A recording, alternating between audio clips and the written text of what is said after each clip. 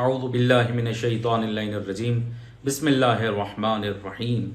الحمد للہ رب العالمین والصلاة والسلام علی اشرف الانبیاء والمرسلین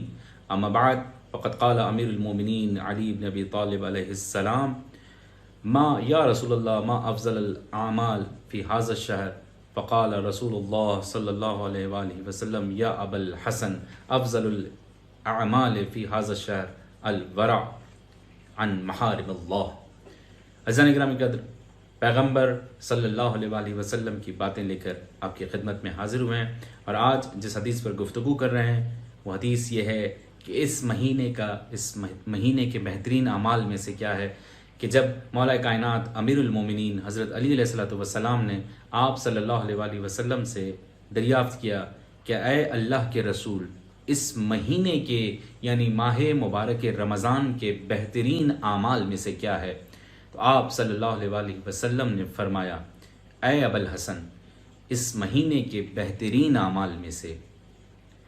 محارم اللہ سے خود کو بچانا ہے، یعنی وہ چیزیں کہ جنہیں پروردگار عالم نے حرام قرار دیا ہے ان سے اپنے آپ کو محفوظ رکھنا ہے، اپنے آپ کو بچانا ہے۔ اب محارم کس قدر زیادہ ہیں، گناہ کتنے زیادہ ہیں،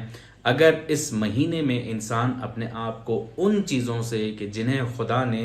انسان کے اوپر حرام قرار دیا ہے محفوظ کر لے تو یقیناً اس نے اس مہینے میں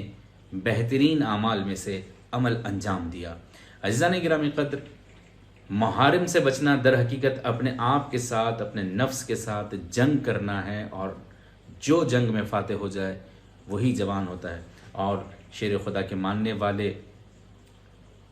اس طاقت کو رکھتے ہیں کہ محارم اللہ کے ساتھ مقابلہ کر سکیں، حرام چیزوں سے اپنے آپ کو محفوظ رکھ سکیں۔ پروردگار عالم سے دعا گوں کہ مالک ہمیں حرام کردہ چیزوں سے جو تو نے ہمارے اوپر حرام کیے محفوظ فرما، اور ہمیں ویسا روزے دار بنا دے کہ جیسا تو چاہتا ہے۔ والسلام علیکم ورحمۃ اللہ وبرکاتہ۔